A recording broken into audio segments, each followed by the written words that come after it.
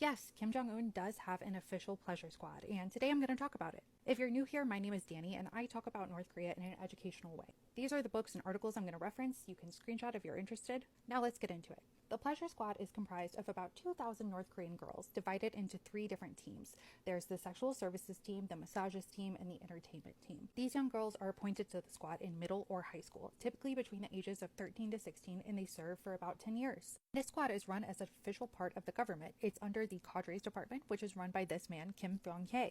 And it not only serves Kim Jong Un, it serves his top leaders in his inner circle. The squad is also nothing new in North Korea. Kim Jong Un's father, Kim Jong Il, and his father, Kim Il Sung, both had pleasure squads for themselves. The government has an official process, which they do every single year, to find new girls for the squad. There's also specific selection criteria for who they can choose to put on the squad. And I want to read a first-hand account from this book on what that process looks like. This is a first-hand account from a woman named Miran. When she was 15 years old, her school was visited by a team of serious-looking men and women.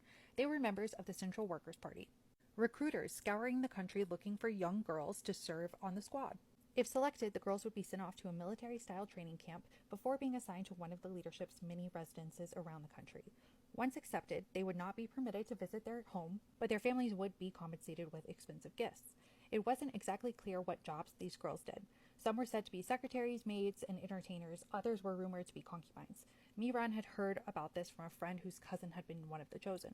North Korean girls her age didn't know what a concubine was. Only that whatever you did to serve the leader would be a tremendous honor. Only the smartest and prettiest girls were selected. When the recruiters walked into the classroom, the students stood upright at their desks and waited. Miran was wearing her middle school uniform. On her feet were canvas exercise shoes. The recruiters wove in between rows of desks, pausing from time to time to take a closer look. They slowed down when they came to Miran's desk. "You, stand up," one of the recruiters commanded. They beckoned her to follow them to the teacher's lounge. When she got there, 4 other girls were waiting. They looked over her files, measured her. At 5'3", Miran was one of the tallest girls in her class. They peppered her with questions. How were her grades? What was her favorite subject? Was she healthy? Did anything hurt? She answered their questions calmly and, she thought, correctly. Now, fortunately, Miran was not selected to go any further. Her family was not at a high enough social class for her to be selected. But the girls who do go further have to meet strict criteria. They have to be a certain height, free of scars and blemishes, and had to have a soft, feminine voice.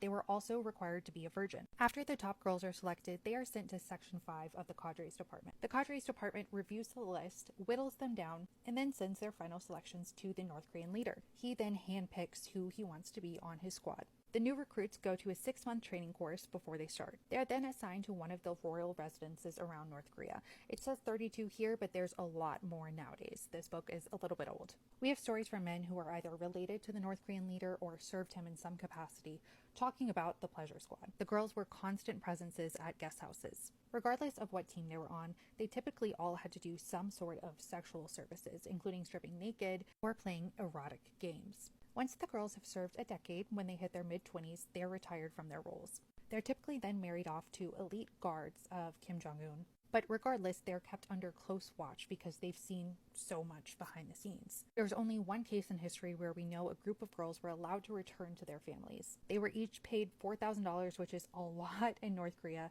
as well as given gifts in exchange for swearing to secrecy.